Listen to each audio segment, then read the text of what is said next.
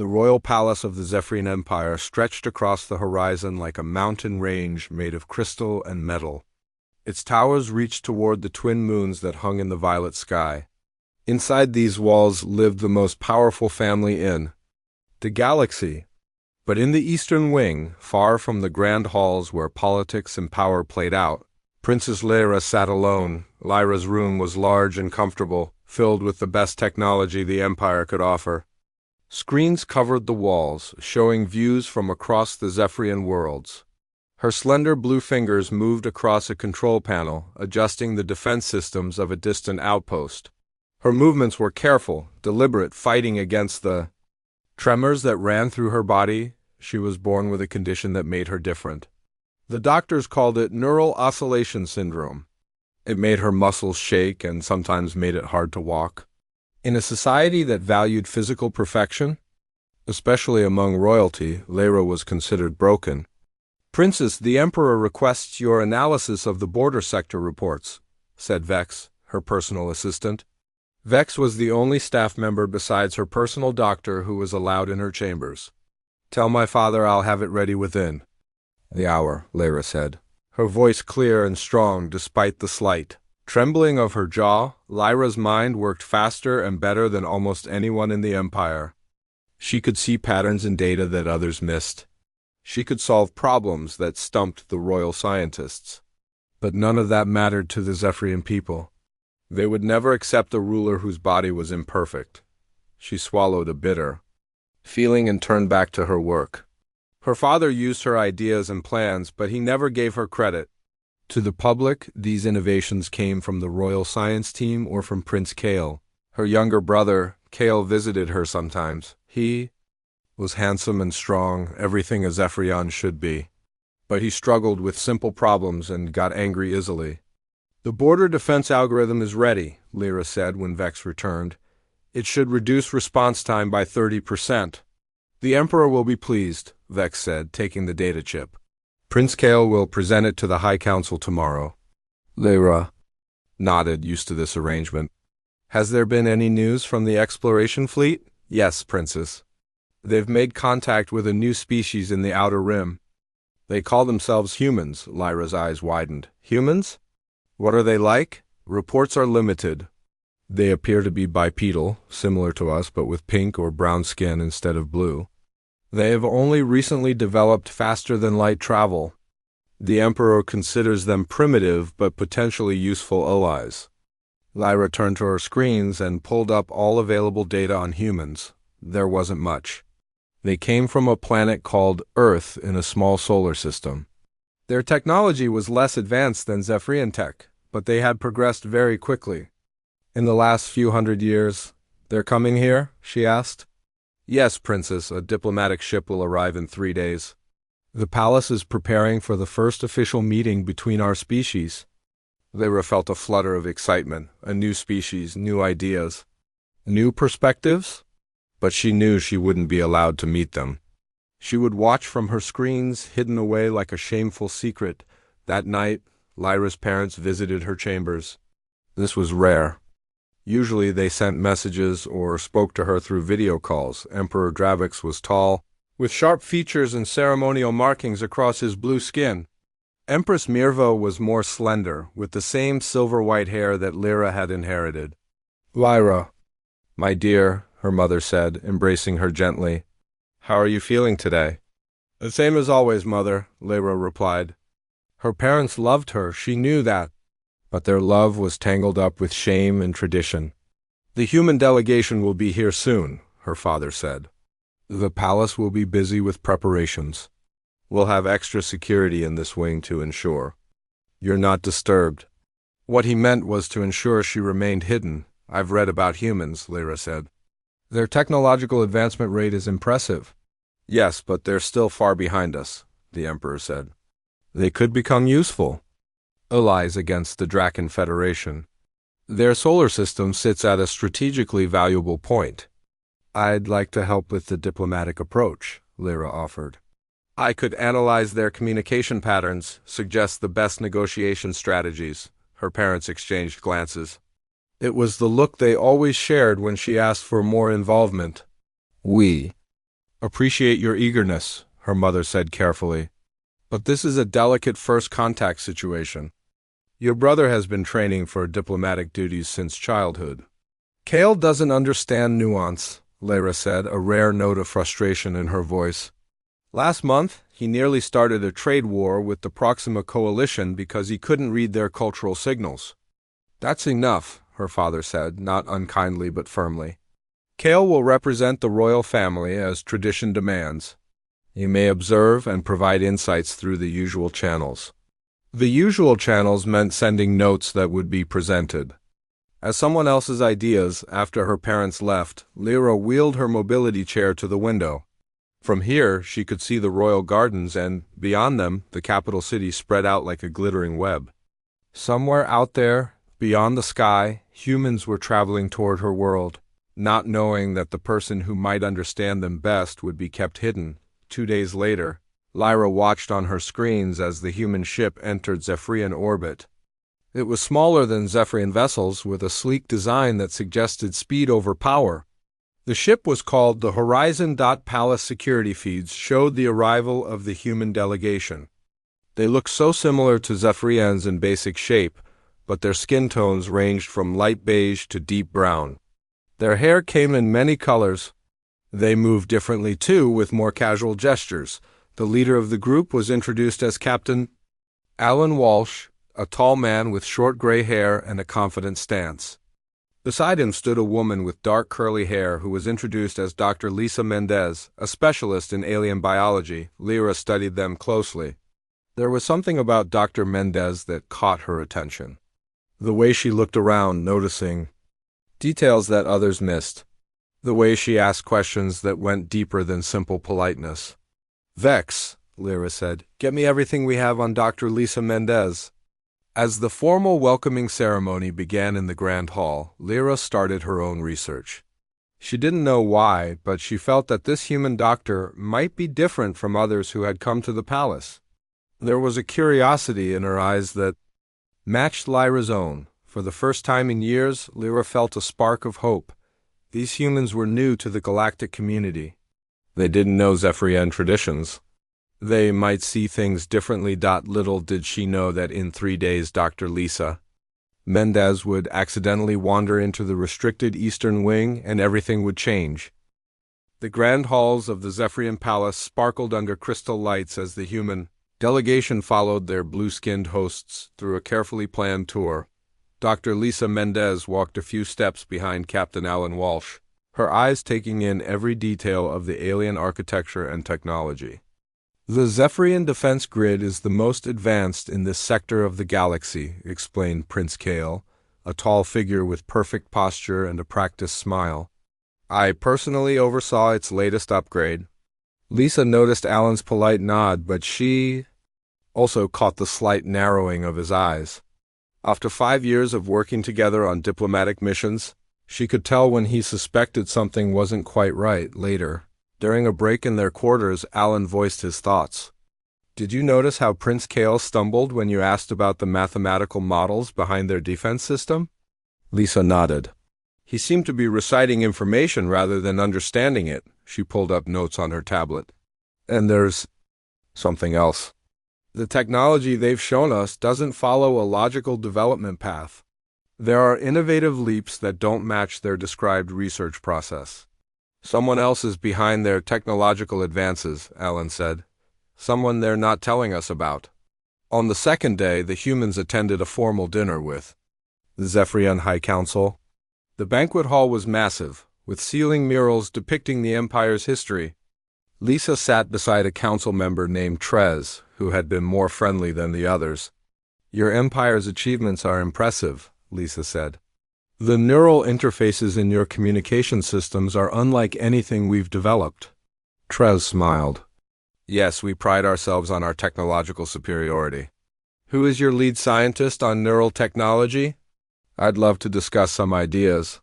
A flicker of discomfort crossed Trez's face. "We have many talented minds working together." "No single person deserves the credit," Lisa pressed further. "But surely someone leads the research division?" "Prince Kale oversees all major scientific developments," Trez said firmly, then quickly. Change the subject. Later that night, Lisa couldn't sleep. The inconsistencies bothered her.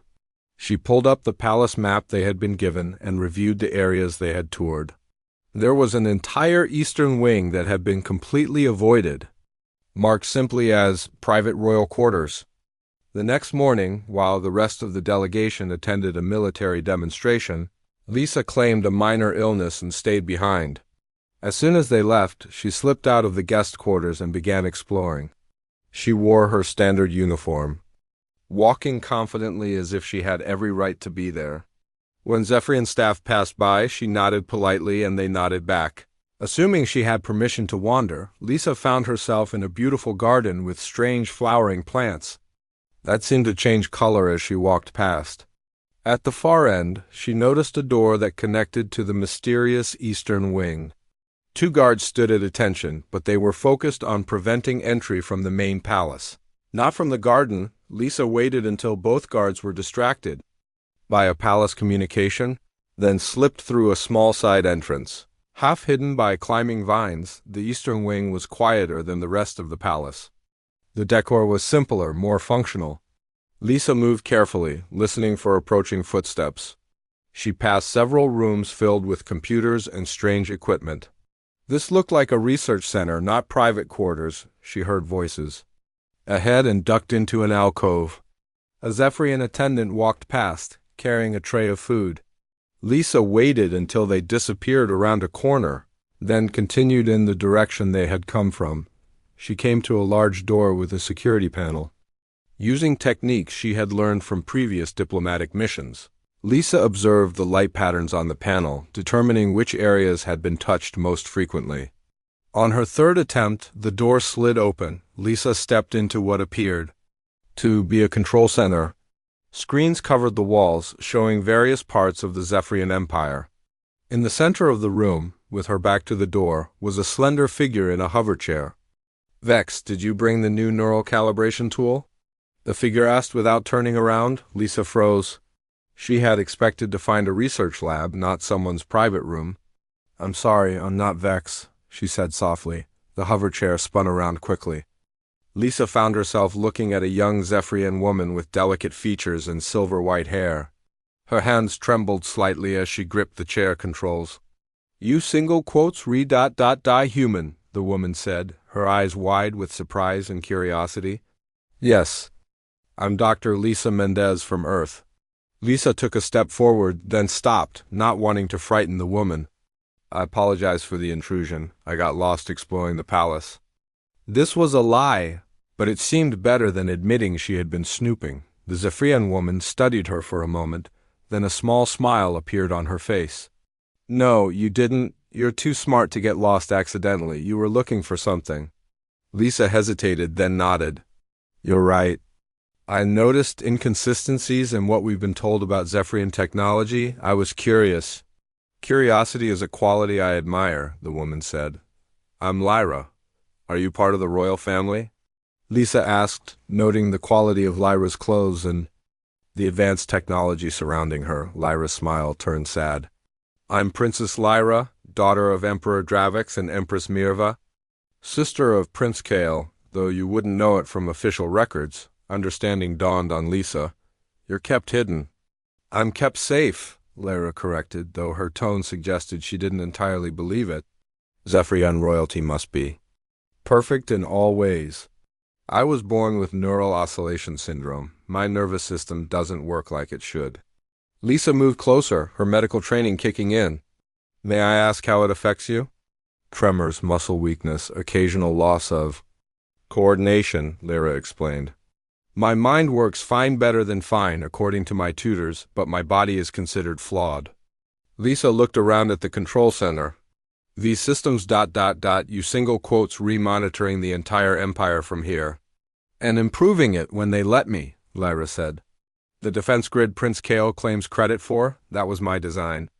"The neural interfaces in our communication systems? Mine as well." "That explains the inconsistencies," Lisa said. "But why keep you hidden? Your contributions are extraordinary." "Because acknowledging me would mean acknowledging that perfection comes in different forms," Lyra said. It would challenge centuries of Zephyrian tradition. A sudden alarm sounded from one of the screens. Lyra quickly turned to check it. "What's wrong?" Lisa asked. "Your Captain Walsh just asked Prince Kale a question about quantum entanglement." "In our transportation system?" Lyra said, watching the video feed from the military demonstration. "Kale doesn't understand the technology well enough to answer." Lisa watched as Lyra pressed a button and began typing rapidly. On the screen, they could see a small device in Prince Kale's ear glowing faintly. "I'm feeding him the answer," Lyra explained. "This happens all the time." Lisa felt a mixture of amazement and anger. "This isn't right. You deserve recognition for your work." "It's how things have always been," Lyra said with resignation. "On Earth, things used to be similar for people with physical differences," Lisa said. "But we changed. We realized that different abilities bring different perspectives that benefit everyone." Lyra looked at her with intense interest. "Tell me more about Earth, about how humans view people like me." Before Lisa could answer, they heard footsteps approaching. Lyra quickly pressed a button that opened a hidden door in the wall. "You should go," she whispered. "If they find you here, you'll be removed from the diplomatic mission. This passage will take you back to the garden." Lisa hesitated. "Can I come back?" "There's so much more to discuss," Lyra nodded. "Tomorrow."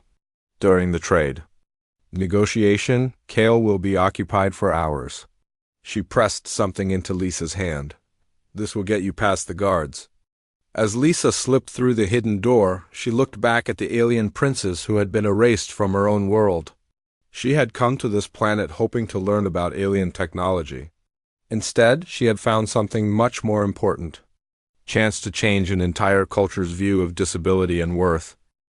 The next day, Lisa waited nervously as Captain Allen and the other humans sat through a long trade negotiation with the Zephyrian officials.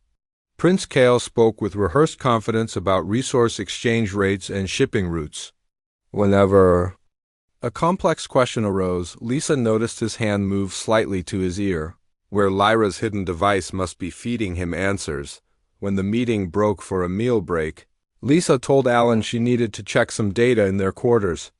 He gave her a curious look but nodded. "Just be back for the afternoon session," he said. "I think they're going to discuss technology sharing." Lisa hurried through the palace corridors using the small device Lyra had given her to bypass security systems. She reached the eastern wing without being stopped and found the hidden entrance to Lyra's chambers. Lyra was waiting for her, a look of excitement on her blue face. "You came back," she said, her voice revealing how unsure she had been. "Of course I did," Lisa replied. "I have so many questions for you." Lyra had prepared a small table with food and drinks. Her movements were careful as she gestured for Lisa to sit. Lisa noticed that Lyra's tremors seemed worse today. "Bad day?" Lisa asked gently, pointing to Lyra's hands. Lyra nodded. "The condition. Cycles. Some days are better than others." "On Earth, we have similar conditions," Lisa said. "We've developed technologies to help manage the symptoms."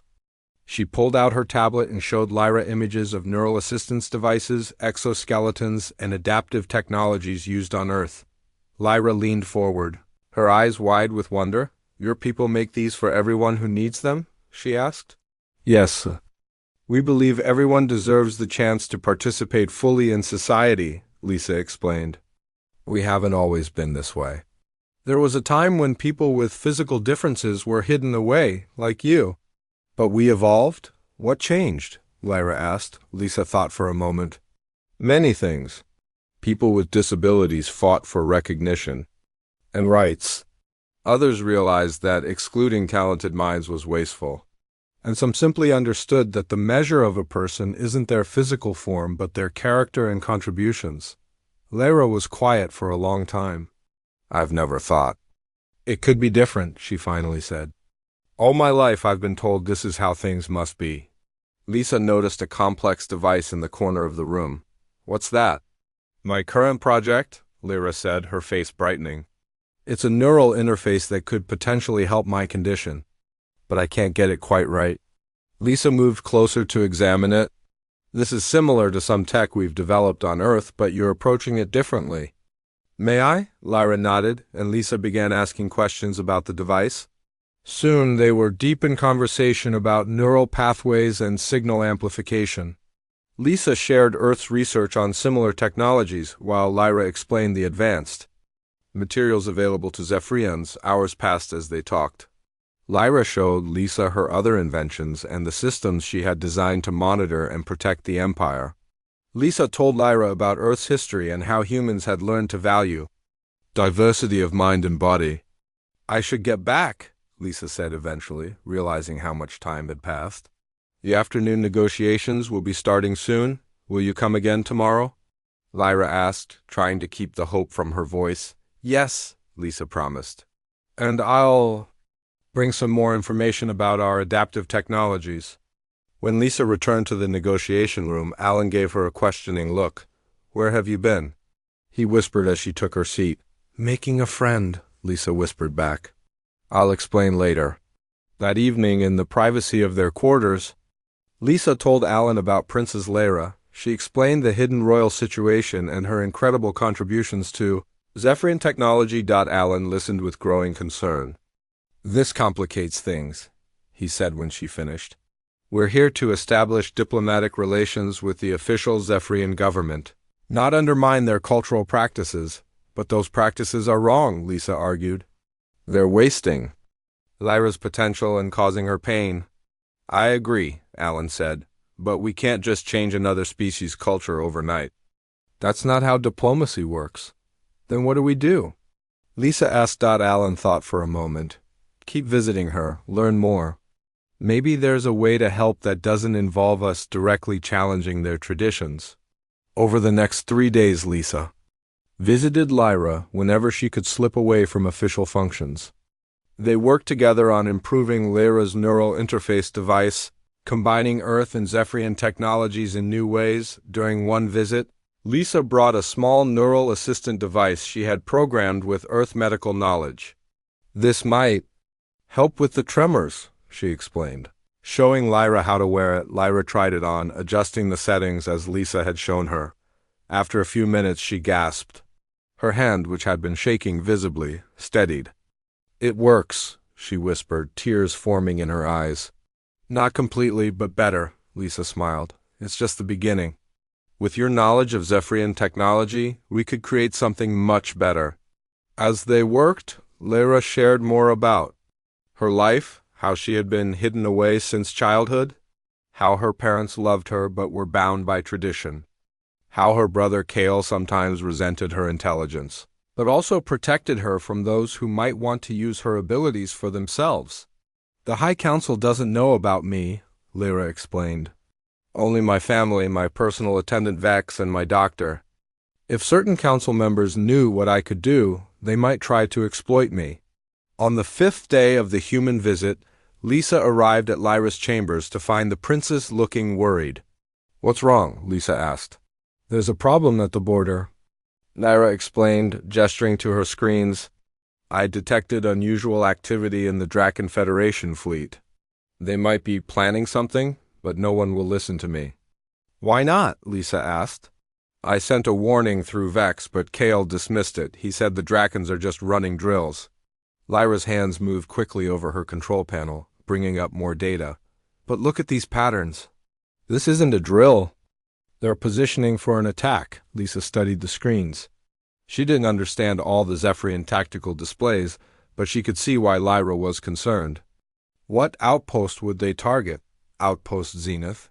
It's our main monitoring station for that sector. Lyra pointed to a blinking light on the map.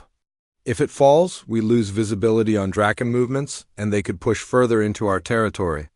Before we could respond. We need to tell someone who will listen, Lisa said. Who? Lyra asked bitterly.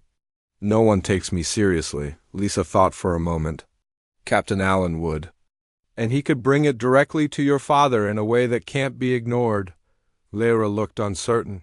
You want to tell another human about me? Allen already knows, Lisa admitted. I had to tell him. He's kept your secret, but he could help now. Lyra was quiet, considering the options. Finally, she nodded. Bring him here, but hurry. According to my calculations, the Drakons will attack within 12 hours.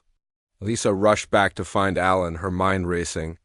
This could be the moment that changed everything for Lyra, a chance to prove her worth in a way that couldn't be denied or hidden. But it also meant exposing her to more people and potentially disrupting the fragile diplomatic mission. As she hurried through the palace gardens, Lisa didn't notice the security cameras tracking her movements or the concerned look on Emperor Dravex's face as he watched the footage from his private chambers, wondering why this human kept visiting the eastern wing where his hidden daughter lived. Lisa rushed through the palace. Searching for Captain Allen, she found him leaving a meeting with Zephyrian trade officials. "We need to talk," she said, pulling him aside. "It's urgent." Allen followed her to a quiet corner. "What's happened?" "Lyra has detected signs of an attack. The Drakon Federation is positioning to strike Outpost Zenith within 12 hours. Allen's expression turned serious. "Are you sure?" "Lyra is sure. She showed me the data. And she wants to meet you." Allen hesitated. "This is delicate, Lisa. If we bring this warning to the Emperor, we'll have to explain how we got the information." "I know, but lives are at stake.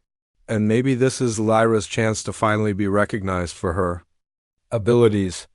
After a moment, Allen nodded. "Lead the way." They moved quickly through the palace, using Lyra's device to access the restricted areas. When they reached her chambers, they found her working frantically at her control center. "Captain Alan Walsh," Lyra said, looking up briefly. "Thank you for coming." Alan studied the princes with surprise. Despite Lisa's description, he hadn't been prepared for the contrast between Lyra's obvious physical limitations and the intensity of intelligence in her eyes. "Dr. Mendez says you've detected a Drakon attack force," he said. Lyra nodded and gestured to her screens. "I've been tracking their movements for the past 6 hours. See these patterns? They're positioning strike craft here, here, and here. It's a classic Drakon encirclement formation." Alan moved closer to examine the displays. "This looks convincing. Why would Prince Kale ignore it?" "My brother doesn't understand tactical analysis," Lyra said with a touch of bitterness. "He sees what he expects to see." "We need to bring this to your father," Alan said. "As a representative of Earth, I can request an emergency meeting." Lyra's hands trembled more visibly. "You would reveal my existence to the court?" "Only if necessary," Alan assured her. "First, we'll try to present the information without explaining where it came from." A new alert flashed on Lyra's screens. "They've moved again," she said, her voice tense. "They're accelerating their timeline. The attack will come within 6 hours now." Alan made a quick decision. "I'll request an immediate audience with the Emperor, citing urgent security information from Earth intelligence." "I'll keep monitoring the Drakon fleet," Lyra said. "Lisa, can you stay and help me?" Lisa nodded as Alan left to arrange the meeting. 20 minutes later, Alan stood before Emperor Dravex in a small private chamber. The Emperor looked tired and concerned. "Captain Walsh, you claim to have urgent information about our security?" Alan took a deep breath. "Your Majesty, we have detected Drakon Federation vessels moving into attack positions near Outpost Zenith. All evidence suggests they will strike within 6 hours." The Emperor frowned. "How did Earth detect this when our own surveillance systems show nothing unusual?" "Prince Kale reviewed the reports this morning and found only routine Drakon movements." Analysis methods are different," Alan said carefully. "We notice patterns that might be overlooked by standard protocols." Emperor Dravex studied Alan's face. "Captain, I value honesty in diplomatic relations. I don't believe Earth has better surveillance of our borders than we do. So I must ask, where did you really get this information?" Before Alan could answer, the door opened and Prince Kale entered, looking angry. "Father, the humans have been deceiving us," he announced. "Dr. Mendez has been making unauthorized visits to the Eastern Wing." To Lyra's chambers, the Emperor's expression hardened. "Is this true, Captain Walsh?" Alan straightened his back. "Yes, Your Majesty. Dr. Mendez discovered Princess Lyra, and they have been sharing knowledge. The warning about the Drakon attack comes from your daughter's analysis. Lyra sees threats everywhere, Kale said dismissively. She has no real understanding of military matters. With respect, Prince Kale, I've reviewed her analysis, Alan said. It's the most sophisticated tactical assessment I've seen in 20 years of military service. The Emperor was silent for a long moment. Captain Walsh, please wait outside. Prince Kale summoned the High Commander. Alan left the room, worried about what would happen next. He returned to Lyra's chambers, where Lisa and the princess were still monitoring the Draken fleet. They know, he told them. Kale saw the security footage of Lisa's visits. Lyra's face paled. What did my father say? He's consulting with the High Commander. He didn't seem angry, just ... concerned. A new alert sounded from Lyra's console. They've moved again, she said. 4 hours until attack now. They're accelerating their timeline. Lisa looked at the screens. Can we contact the outpost directly? Warn them? I've tried, Lyra said. But official warnings can only come through command channels.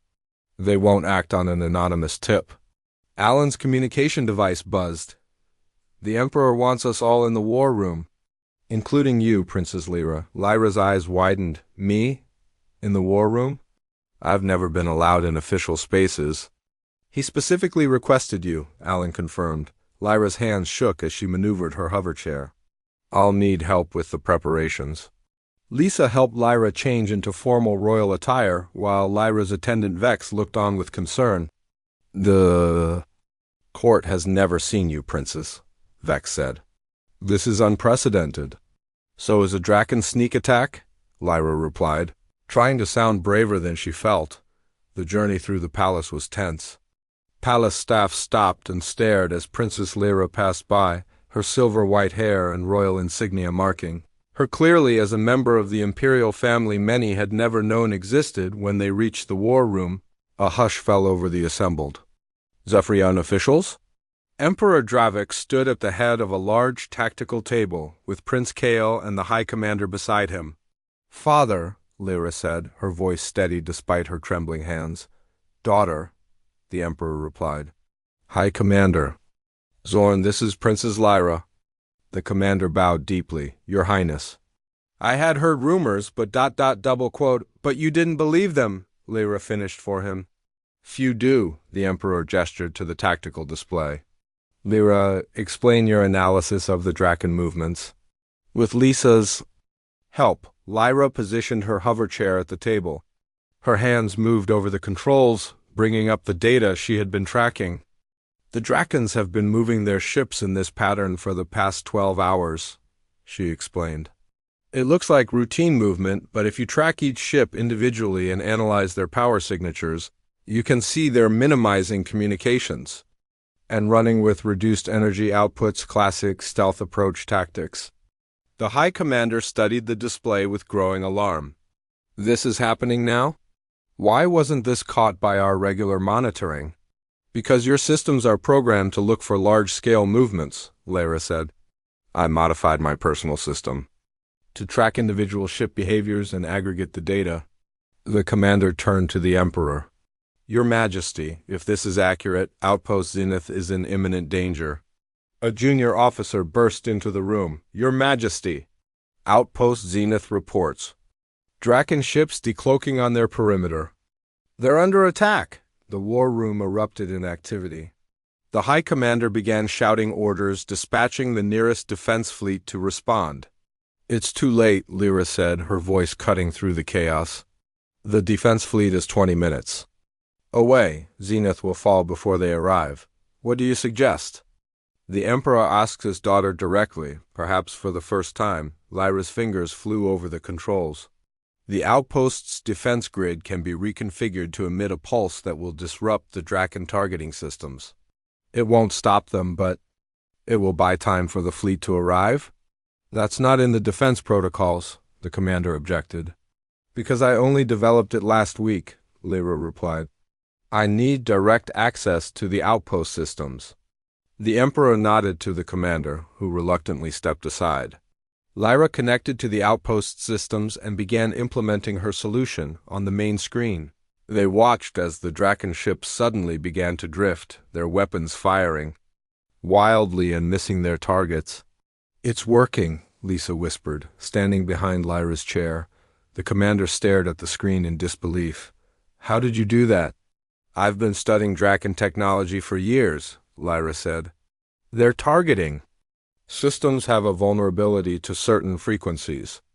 The room fell silent as they watched the Zephyrian defense fleet arrive and engage the disoriented Draken ships. Within minutes, the attackers began to retreat. Emperor Dravix placed a hand on Lyra's shoulder. "You saved Outpost Zenith and hundreds of lives today." Prince Kale stepped forward, his expression a mix of shame and admiration. "I was wrong, sister. I should have listened to your warning." Lyra looked up at her family, then at Lisa and Alan.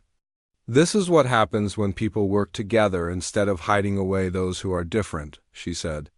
"Imagine what else I could do if I didn't have to work from the shadows." The Emperor's face showed the beginning of understanding. "Perhaps," he said slowly, "it is time for traditions to change." 3 days after the Draken attack, the Zephyrian Palace was busy with activity. The human delegation was scheduled to depart the next morning, but there was still much to discuss. Emperor Dravix had called for a special session of the High Council, and for the first time, Princess Lyra would attend. Lisa helped Lyra prepare for the meeting. The princess wore formal royal attire with the imperial family crest prominently displayed. The neural assistant device Lisa had given her was now integrated into a Zephyrian design, almost invisible against her blue skin but helping to reduce her tremors. "Are you nervous?" Lisa asked as she adjusted the device's settings. "Terrified," Lyra admitted. "I've spent my whole life hidden away. Now I'll face the entire High Council." "You saved hundreds of lives," Lisa reminded her. "I can't ignore that." Lyra's hover chair had been replaced with a new model that her father had commissioned overnight. It incorporated both Zephyrian and human technology, allowing her greater control and stability. "Whatever happens today," Lyra said, "I want to thank you. You changed everything for me." Lisa smiled. "You changed things yourself. I just helped you see the possibility." Captain Allen met them outside the council chambers. "Ready?" he asked. Lyra took a deep breath and nodded. The massive doors swung open and they entered together. The council chamber was a circular room with high ceilings and tall windows. 20 Zephyrian officials sat around a large table, with Emperor Dravix and Prince Kale at the head. When Lyra entered, a murmur spread through the room. Many were seeing the hidden princes for the first time. "Members of the High Council," the Emperor announced, "I present Princess Lyra, daughter of the Imperial House and savior of Outpost Zenith." Lyra moved her chair forward with dignity. Her hands trembled slightly, but her voice was clear and strong. "I am honored to join you today." The Emperor continued, "For too long, our traditions have kept Princess Lyra hidden because of her physical condition. But in doing so, we have denied ourselves her extraordinary mind and abilities." An older council member stood up. "Your Majesty, while we appreciate the princess's help with the Draken attack, our traditions exist for good reasons. The royal family must project strength and perfection. Is strength only physical?" Lyra asked before her father could respond. "Is perfection only in appearance?" The Drakens had physical strength, but they were defeated by intelligence and innovation. The council chamber fell silent. No one had expected the princess to speak so boldly. Another council member, a woman with silver streaks in her blue hair, spoke up. "The princess raises a valid point. Our society has always valued intelligence, yet we've allowed physical appearance to override all other considerations." The debate continued for nearly an hour. Some council members supported change, while others clung to tradition. Throughout it all, Lyra spoke with confidence, addressing each concern with logic and wisdom. Finally, the Emperor raised his hand for silence. "I have made my decision. Princess Lyra will be officially recognized as a member of the imperial family, with all rights and duties that entails. Additionally, she will lead a new division focusing on technological innovation and defense systems." Prince Kale stood up and faced his sister. "I support this decision fully. My sister's mind has protected our empire many times, though few knew it. It's time she received the credit she deserves." The council voted, and though not unanimous, the majority supported the Emperor's decree. Lyra would no longer be hidden. After the council meeting, the Emperor hosted a dinner to honor the human delegation before their departure. For the first time, Lyra sat beside her family at the main table. Visible to all. During the meal, Emperor Dravix approached Lisa. "And Alan, your people have taught us a valuable lesson," he said. "One we should have learned long ago." "Every society evolves at its own pace," Alan replied diplomatically. "We've had our own struggles with accepting differences. We would like to formalize an exchange program," the Emperor continued. "Zephyrian and human scientists working together on adaptive technologies. Princess Lyra would oversee the project from our side." Lisa smiled. Earth would be honored to participate. Later that evening, Lisa visited Lyra in her new chambers, which had been moved from the hidden eastern wing to the main palace. "My father has announced my existence to the entire empire," Lyra said, still sounding amazed. "The public response has been ... mixed. Some are excited to learn about me, others are uncomfortable with change." "Change takes time," Lisa said. "But it started now, and that's what matters." Lyra showed Lisa a message on her screen. "Look at this. Since the announcement, 53 Zephyrian families have come forward with children who have similar conditions to mine. They've been keeping them hidden, just as I was." "What will happen to them?" Lisa asked. "I've convinced my father to establish a center for them," Lyra said, her eyes bright with purpose. "Not to hide them away, but to provide them with education and adaptive technologies, to show them they have value." The next morning, the entire royal family gathered to bid farewell to the human delegation. As Lisa prepared to board the Horizon, Lyra approached her. "I have something for you," the princess said, handing Lisa a small device. "It's a direct communication link. No matter how far apart our worlds are, we can continue to share knowledge." Lisa accepted the gift with a smile. "I'll miss you." "You changed my life," Lyra said. "And through me, you've changed my world." 6 months later, Lisa returned to the Zephyrian homeworld as Earth's official representative to the new interspecies Adaptive Technology Initiative. As her shuttle approached the palace, she was surprised to see a large crowd gathered in the main square. Captain Allen, who had accompanied her, pointed to a new building adjacent to the palace. "That's the Center for Diverse Abilities that Lyra established. Today is its official opening." When they landed, Lyra was waiting to greet them. She was using a new mobility device that allowed her to stand and walk short distances with support. Her tremors were noticeably reduced. "Welcome back," she said, embracing Lisa warmly. "There's so much to show you."